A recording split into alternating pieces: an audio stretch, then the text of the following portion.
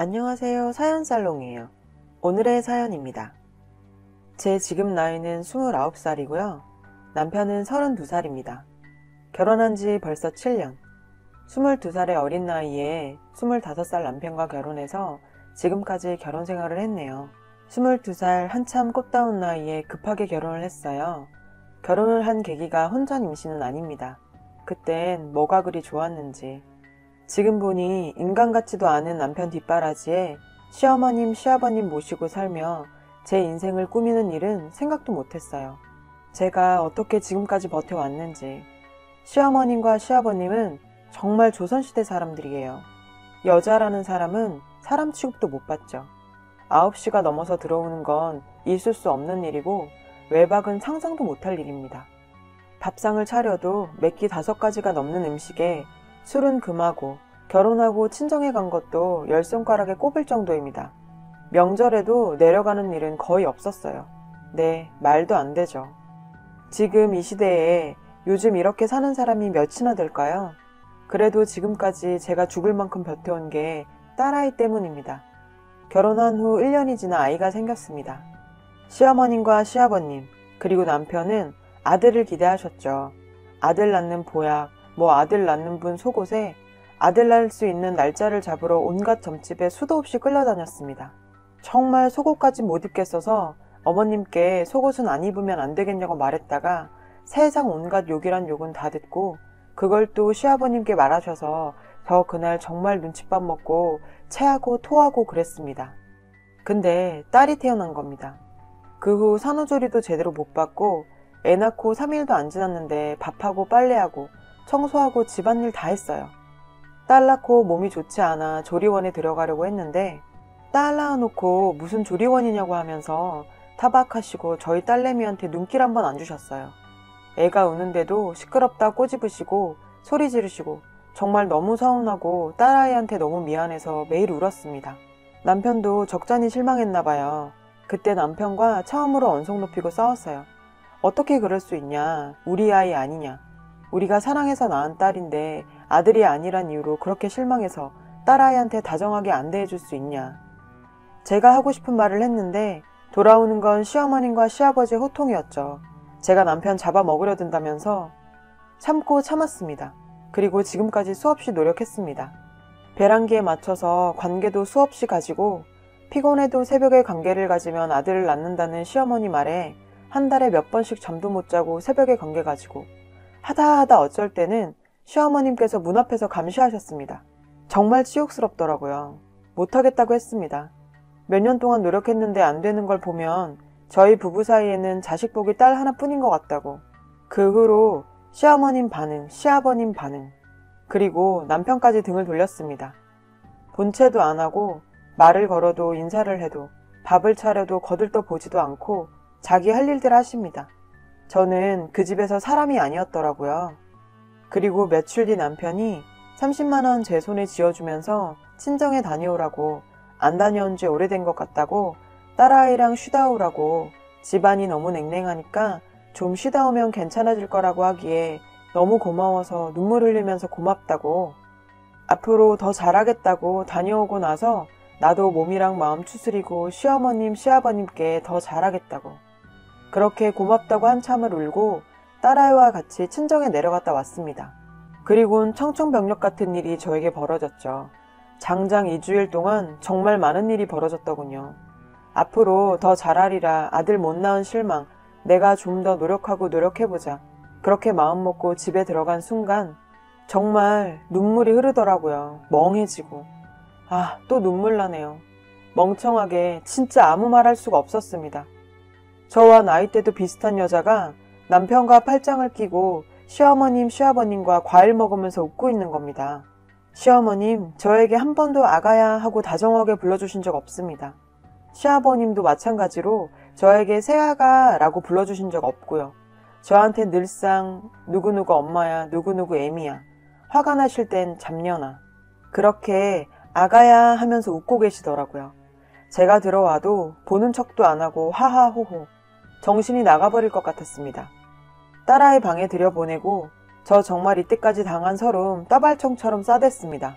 어떻게 나한테 이럴 수 있어? 내가 노력 안 했어? 나도 할 만큼 했고 치욕스러운 거, 더러운 거 다 참고 살았어. 눈물 흘리면서 말했습니다. 시어머님, 나보고 왜 그러냐입니다. 나가랍니다. 아들 못 낳는 며느리 두기 싫으니 이혼하랍니다. 남편, 저 쳐다보지도 않고 그 여자 고이 내보내고 들어와서 소파에 앉아서 저와 시어머니 보고 있고 시아버님 시끄러우니 조용히 하라고 하시면서 안방 들어가셨습니다. 저 남편한테 가서 왜 쳐다만 보고 있어? 왜 바람 폈어? 내가 아들 못 낳은 게 그렇게 서운해? 그래도 우리 딸 있잖아. 딸아이가 있는데 도대체 왜 그래? 나도 지금까지 노력 많이 했어. 내가 못한 게 뭐야? 말해봐. 그렇게 언성 높였습니다. 결국 딸아이 울면서 나오고 시어머님 보기 싫으니까 나가라면서 이혼하라고 하시더군요. 저 고소할 거라고 했습니다. 간통죄로 고소할 거라고 소리 지르니 그러랍니다. 고소를 하든 밥을 말아먹든 알아서 하라고 합니다. 손녀 앞에서 저한테 2년 전을 욕하시면서 안방 들어가시고 남편도 할 말 없다고 이혼하자고 합니다. 참 눈물밖에 안 나네요 정말. 우리 딸 앞에서 어떻게 그러냐고 했더니 자기는 딸보다 아들을 원한다는군요. 그러면서 저 29살 먹어서 이제 늦었다고, 애 갖고 싶어도 못 가질 거라고 온갖 악담을 다 하더라고요. 그 와중에도 29살이 뭐가 늙었냐고 내가 더 노력한다고 무릎 꿇었습니다. 저 이혼당한 거 알면 저희 친정어머님 쓰러진다고 무릎 꿇고 울고불고 손까지 싹싹 빌었습니다. 제발 그러지 말라고, 내가 더 노력한다고, 시어머님 하라는 대로 다 하겠다고, 앞으로 정말 더 노력하겠다고 그랬습니다. 매몰차게 나가더군요. 그렇게 정신없이 몇 시간이 흐르고 저 울다 지쳐 딸아이 데리고 친정집 왔습니다. 저희 엄마 무슨 일이냐고 물어봐도 대답도 안 하고 방에 틀어박혀 며칠을 어떻게 보냈는지 모르겠습니다. 너무 막막하고 답답해 이렇게 글을 올리고 있네요. 복수하고 싶고 고소란 것도 하고 싶어요. 하지만 저 법에 대해 아무것도 모릅니다. 정말 저한테 일어난 이 일 모두 믿기지 않아요. 정말 죽고 싶네요. 진짜 딸아이 보면 이제 아빠 없는 애로 키우겠구나 하고 눈물만 나고, 울지 말라고 고사리 같은 손으로 눈물 닦아주는 우리 딸 보니까 더 서럽네요. 일어서야죠. 저 보란듯이 당당하게 살아야죠. 이제부터가 시작입니다. 저 소송 들어갈 겁니다. 전 그 일이 있었던 직후부터 언니와 함께 변호사를 알아보러 다녔습니다. 다행히도 언니 지인이 법조계 일하시는 분 소개하셔서 도움받고 좋은 변호사 알려주시길래 찾아가서 이때까지 제가 당했던 서름, 7년간 당했던 수모 하나도 빼놓지 않고 말씀드렸습니다. 그 전날 남편과 시어머님과 통화했던 녹음도 들려드렸고요. 그런데 이 증거 가지고는 부족하다네요. 당장 증거 수집 들어갔습니다. 시댁 찾아갔습니다. 저와 제 딸내미 데리고 녹음기 주머니에 넣고 찾아갔습니다. 막상 집 앞으로 가니 그냥 떨리고 무섭더라고요. 언니가 챙겨준 청심환 하나를 먹고 마음 다잡았어요. 혹시나 하는 마음에 집 전화로 전화했는데 집이 비었는지 전화를 받지 않더라고요. 이때다 싶어 딸내미 손 꼭 붙잡고 집 비밀번호를 누르고 들어갔습니다. 정말 다행히 아무도 없더라고요. 빨래통 가서 남편이 입었던 속옷 있는 대로 다 봉지에 쌌습니다. 그 여자 속옷도 있길래 전부 다 봉지에 싸서 가방에 넣으려고 했는데 혹시나 뺏길까봐 위층에 올라가서 소화기관에 숨겨놓고 소파에 앉아서 시어머님, 시아버님 그리고 그 여자 기다렸습니다. 7시 30분쯤 8시 다 돼가는 시간에 시어머님, 시아버님 그리고 그 여자 남편 같이 다정히 넷이서 들어오더군요. 고기 냄새 풍기면서 말입니다. 분해서 온몸이 덜덜 떨렸어요. 저는 마음 아파서 밥도 못 먹고 물 한 모금 넘길 힘조차 없고 먹는 대로 다 토해내고 매일 저녁 우리 딸 얼굴 보면서 울었는데 남편이란 작자는 어린 년 데리고 좋다고 하하호 웃으면서 외식이나 다니고 들어오자마자 앉아있는 저 보면서 싸늘해지는 표정 보고 마음 굳혔습니다. 저 사람들이 나에게 울고 불며 싹싹 빌어도 용서해주지 않을 거라고. 주머니에 얼른 손 넣어서 녹음기 버튼 눌렀어요. 들키면 끝장이다. 정말 우리 딸거나 비참하게 보상받지 못한 채 살아야 한다는 생각에 정말 독하게 마음먹었죠. 시어머님이 보자마자 여기가 어디라고 발을 들여놓냐고 썩 나가라고 합니다. 그래서 저 말했습니다. 이 집 공동명의고 이혼할 테니 재산분할 하자고, 그리고 간통죄로 신고할 거라고 했습니다. 그러니 남편이 할 테면 하라고 증거 있냐고 하면서 소리 지르길래 어떻게든 신고할 거야. 7년간 내 인격은 걔보다 못했지. 아들 못 낳는다고 내쫓은 시어머님, 시아버님 그리고 오빠까지 절대 용서 못해. 내가 지금 이혼당하는 이유가, 내가 지금 집에서 쫓겨난 이유가 아들 못 낳는 것 때문 아니야? 최대한 침착하게 말했습니다. 시어머님 달려오셔서 제 뺨을 때리시더군요. 2대씩이나. 그리고 제 머리채 잡고 소파 있는 쪽으로 던지셨습니다. 일부러 소리도 더 크게 지르고 주머니에서 녹음기 빠져나올까봐 소파 위로 쓰러졌습니다. 그러니 시아버님은 방에 들어가시고 또 그 여자도 방에 들어가더군요. 그 여자 따라 들어가서 나오라고 했습니다. 잘 봐라. 너도 참 안쓰럽다. 너는 이런 집구석에 살고 싶냐? 너도 똑같이 당할 거다. 그러고는 다 같이 들으라고.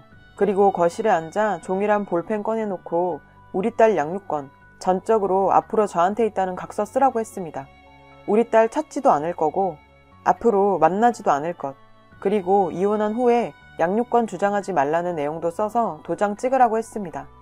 양육비도 한 달에 100만 원씩 주라고 하고 이 100만 원은 우리 딸 고등학교 졸업할 때까지 받는 걸로 썼어요.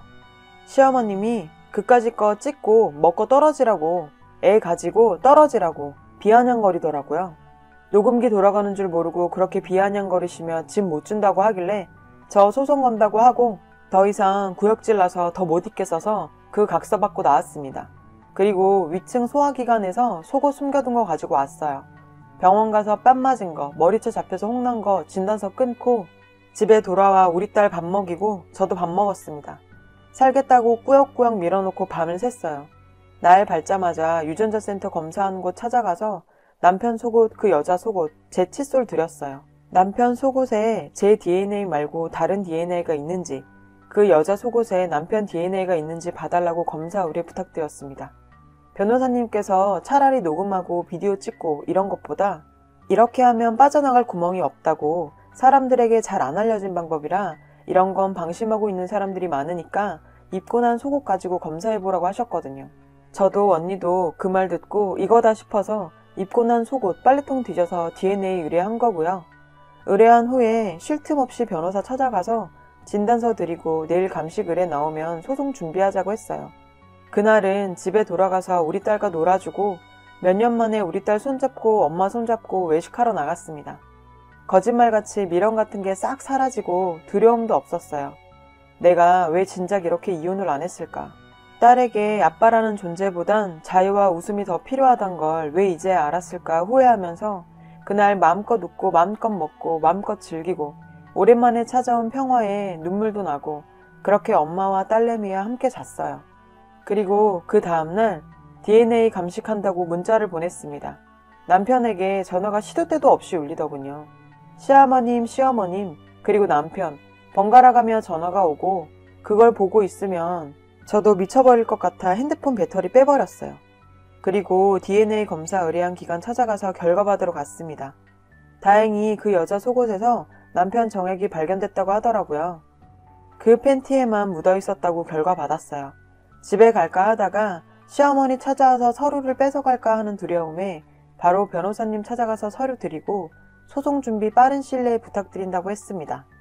그리고 집에 가서 밥 먹고 씻고 언니와 형부께 결과 말씀드리고 모두 잠자리에 누울 무렵 문을 사정없이 내리치는 소리에 깜짝 놀라 인터폰을 봤는데 시어머님과 남편, 예상은 하고 있었습니다. 갑자기 속옷들이 없어졌을 뿐더러 DNA 감식한다는 문자를 보냈으니까요. 불안감에 떨게 하고 싶었어요. 내가 느낀 감정들 하나하나 다 느끼게 할 순 없어도 불안감에 떨며 죄책감이라도 들게 하고 싶었어요. 전화도 문자도 안 받으니 찾아온 거겠죠. 문 열었습니다. 당당하게. 시어머님 저 끌고 시댁으로 가려고 하더군요. 집에 가자고 우리가 미쳤었다고 하면서요. 형부랑 언니가 막아주고 할 말 있음 할 말만 하고 돌아가라고 했습니다. 계속 잘못했단 말만 되풀이하더라고요. 자기들이 미쳤었다고 그냥 해본 거라고. 화가 나고 상대할 가치가 없다고 느껴서 그냥 쫓아냈습니다. 현관 앞에서 소리 지르고 벨 누르고 문이 부서져라 두드렸어요. 자꾸 이렇게 행패 부리면 경찰에 신고할 테니 계속 해보라고 했습니다. 이런 것도 증거라고 하니 도망가더군요. 그 다음날부터 시도 때도 없는 문자와 전화. 내일은 핸드폰 번호 바꾸러 가려고요. 소송 준비도 다 끝내고 내일 모레는 본격적으로 소송 걸 거고 증거도 이제 충분하고요. 제 마음도 편해졌고 무엇보다 딸이 할머니 할아버지랑 안 살아서 좋다면서 행복해하는 모습 보니 제가 더 행복합니다. 저는 지금 정말 세상 누구보다 행복합니다. 7년이라는 세월 동안 전 정말 나약하고 바보 같은 사람이었습니다. 당하고 또 당하면서 저를 지키라고 하지 않고 딸내미 지킨답시고 항상 찌그러져서 말도 못하고 살았어요. 모욕을 당하고 치욕을 당해도 바보같이 당하기만 할 뿐이었네요. 멍청하고 바보 같고 욕먹어도 못나게 행동했다는 거 저도 잘 압니다. 그래서 이제는 제 행복과 제 딸 행복을 위해서 살려고요. 요즘 같은 세상에 아들 못 낳는다고 그런 취급받고 살면서 버림받는 게 두려워서 사람들이 믿지도 않는 삶을 살았죠. 그땐 뭐가 또 그렇게 두려웠는지 모르겠어요. 정신 차리고 보니 저에겐 딸이 있고 저를 낳아주시고 길러주신 엄마도 있네요. 제게 큰 힘이 돼준 형부와 언니도 있어요. 7년 동안 못해드린 뒷바라지와 효도 앞으로 할 거고요. 매일 싸우고 잘 찾아보지도 않았는데 이렇게 저 따라다니며 도와준 우리 언니와 형부한테도 이 은혜 잊지 않고 갚을 겁니다. 치사하고 인간 말종 같은 그들과 소송해서 꼭 이길 거예요. 소중한 우리 딸 남부럽지 않게 키워내고 싶습니다. 앞으로 저를 위해, 저희 딸을 위해 잘 살아보렵니다. 글이 길었지만 제가 정말 너무 답답해서 쓴 글에 여러분이 제게 건넨 따뜻한 말 한마디, 따뜻한 위로 잊지 않겠습니다. 정말 잊지 않을게요. 감사해요. 복 받으실 거예요, 정말. 그럼 저와 우리 딸 더 행복하게 잘 살도록 하겠습니다. 여러분, 사연 댓글에 응원과 현명한 조언 부탁드려요. 좋아요와 구독은 저에게 큰 힘이 됩니다. 오늘도 좋은 일 가득하세요.